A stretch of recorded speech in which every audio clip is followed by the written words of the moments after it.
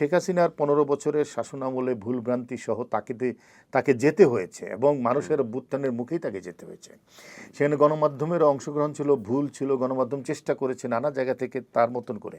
কিন্তু 5ই আগস্টের পরে এটা যে কন্টিনিউ করলো, এর বড় কারণ হলো যে আমরা বুঝতে পারি নাই যে আমাদেরকে কোথায় থামতে হবে।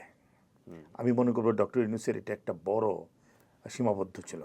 একই দৃশ্যপট আপনি দেখেন, প্রায় কাছাকাছি সময়ের দৃশ্যপট ছিল নেপালে, কিন্তু ওখানে কিন্তু শিক্ষার্থীরা ঠিকই ক্লাসে ফিরে গেল, ওখানে 6 মাসের মধ্যে একটা নির্বাচন হয়ে গেল এবং সেখানে এখন নতুন যে সরকার এসছে তারা নানা ধরনের কর্মসূচি দিচ্ছে।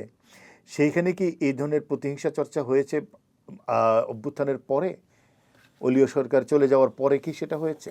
আমার এখানে এটা কন্টিনিউ করতে আমার কাছে যেটা মনে হয় যে আমরা প্রকৃতিগতভাবে সহিংসতা প্রিয়, কিন্তু কোথাও কোথাও আমাদেরকে গোষ্ঠী সহিংসতা উৎসাহিত করা হয়েছে।